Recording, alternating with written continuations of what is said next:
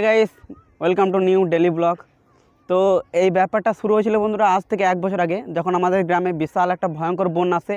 আমাদের গ্রামে প্রায় প্রত্যেকটা বাড়িতেই জল ঢুকে গেছিলো, তাদের মধ্যে আমরা একজন ছিলাম যে আমাদের বাড়িতে পুরো জল ঢুকে গেছিলো। এমনকি খাবার জন্য যে বছরের চালটা থাকে সেই চালও পর্যন্ত আমাদেরকে ঘর থেকে মাথায় করে নিয়ে যেতে হয়েছিল একটা অন্য জায়গাতে। তোমাদেরকে সেসবে আমি দেখেছিলাম ভিডিওটাতে। আর এমনও অনেক ঘর ছিল যেগুলো যে ঘরগুলো বন্যার জলে একদম ভেঙে পড়ে গেছিলো, সেগুলো দেখেছিলাম। আর তোমরা আমার ওই ভিডিওটাতে এত ভালোবাসা দিয়েছিলে, এত সাপোর্ট করেছিলে। ওই ভিডিওর কমেন্টে তোমরা জানতে চেয়েছিলে দাদা এখন কোথায় রয়েছো। আর এখন যে আমি কিছুদিন হলো যে নতুন বাড়ির যে ভিডিওগুলো বানাচ্ছি, ওগুলোতে তোমরা অনেক ভালোবাসা দিচ্ছ, অনেক সাপোর্ট দিচ্ছ এই ভিডিওগুলোতে। তো ভাবলাম তোমরা যখন এত কমেন্ট করছো তাহলে তোমাদেরকে অবশ্যই আমি দেখাবো। আমি ভেবে রেখেছিলাম যে দেখাবো একদিন, ঠিক সময় এলে দেখাবো, কিন্তু তোমরা এখন কমেন্টে জানতে চাইছো, তো ভাবলাম দেখাই। এখন আমি মাঠে রয়েছি, চলো বাড়িতে যেয়ে তোমাদেরকে আমি দেখাচ্ছি। আর এটা হচ্ছে গাইস আমাদের রান্নাঘর, মা রান্না করছে আজকে। কী রান্না হচ্ছে মা আজকে? ফুলকপি রান্না আর আর শাক, মাংস। তো এইটাই আমাদের এখন আপাতত রান্নাঘর। এরকম একটা দেখতে পাচ্ছ ভাঙা ফুটো, এই যে ভাঙা ফুটো হয়ে যাচ্ছে পেছন দিকে। গাইস এরকমই আমাদের রান্নাঘর এখন দেখতে পাচ্ছি। তো এইখানেই মা রান্না করে, তোমরা তো দেখতে পাচ্ছ। আর আগের ভিডিওতে দেখেছিলে এই আমাদের রান্নাঘরে পর্যন্ত জল ঢুকে গেছিলো, সব ডুবে গেছিলো। তো এখানেই রান্না হয়, ঠিক আছে। আর আজকে মেশিন চলছে, সেখানে একটু শব্দ উঠছে। আর আমার পেছনে গাইস সেই উঠান জলে একদম পুরো ডুবে গেছিলো। আর নতুন বাড়ি এই যে আমাদের এখনও কাজ চলছে, ঠিক আছে, তোমাদেরকে দেখাচ্ছি চলো। তো এটা হচ্ছে আমার স্টুডিও বা রুম যাই বলো। তো এখানে আমি এই রুমটাতে অনেক ভিডিও এডিটিং করেছি, এখনও করি।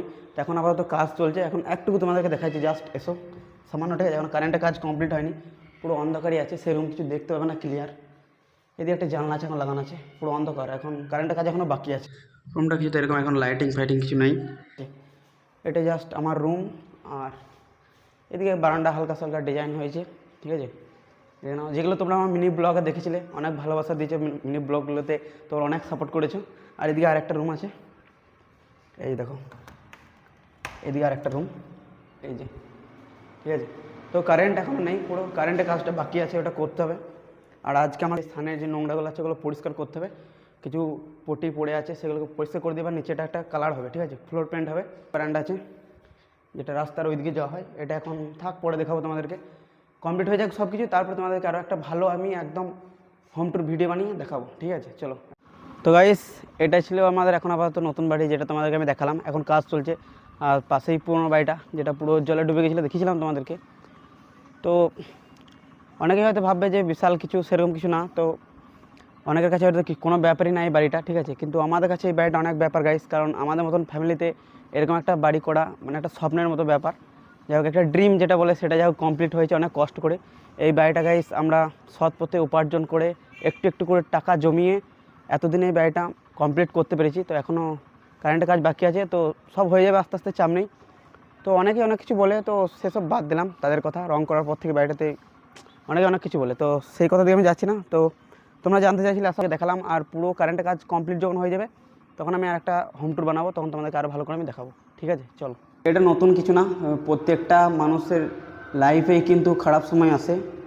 আর এটা আসতে হবে, খারাপ সময় না এলে তুমি নিজেকে স্ট্রং করতে পারবে না। আর তাছাড়া খারাপ সময় এলে যে মানুষগুলোকে চিনতে পারা যায়, সেই দিন যখন হয় রাত্রি 12টা বাজে, 12টার সময় হঠাৎ দেখছি আমাদের উঠোনে পুরো একদম কিন্তু জল, পুরো জলে মগ্ন হয়ে গেছে। বাড়ির পুরো যেখানে আমরা শুই সেই জায়গায় জল ঢুকে যাচ্ছে, খাবার চাল পর্যন্ত বয়ে আমাদেরকে অন্য জায়গায় নিয়ে যেতে হয়েছিল।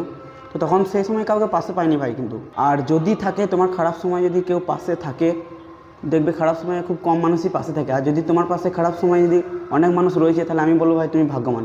কারণ সবাই সাথে দুনিয়া, সবাই। যাই হোক, আর কিছু বলবো না, এখন কাজ আছে, কাজটা করি, এই অবধি আবার কি। তো খারাপ সময় আসে মানুষকে স্ট্রং করার জন্য, আমি এটাই মেনে চলি, চলো।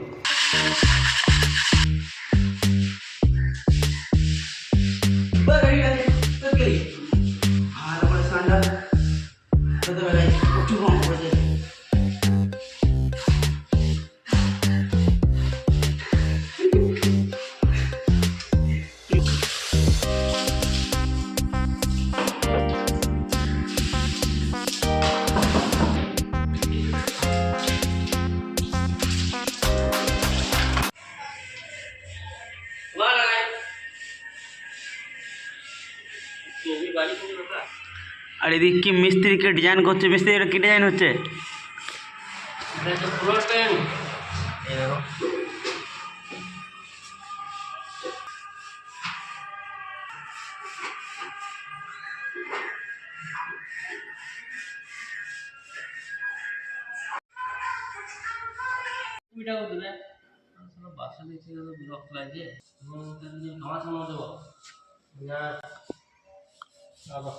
ভালো ভিডিও নাও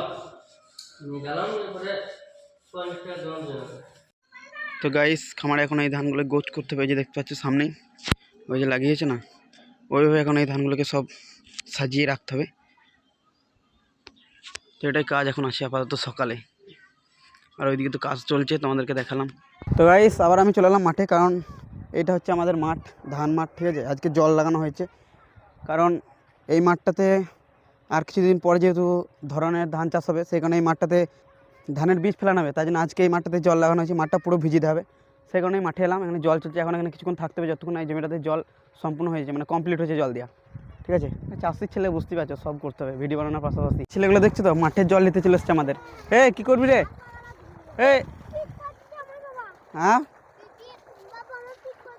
পিচ, এই দেখো এটা পাইপ থেকে এখান থেকে জল নিয়ে যাচ্ছে। তো গাইস আসলে এরা মাঠে থেকে জল নিতে এসেছে, এই দেখো মারামারি করছে জল নিতে এসেও। তো ওরা মাঠে খেলার জন্য, ক্রিকেট খেলার জন্য পিচ বানাচ্ছে, তো এখান থেকে জল নিয়ে যাচ্ছে, ওই যে দূরে করছে, ওই জায়গাটাতে করছে। তো এখান থেকে কাছে হয়ে যাচ্ছে অনেকটাই, তো এখান থেকে ওরা জলও নিতে চলে এসছে বালতি করে।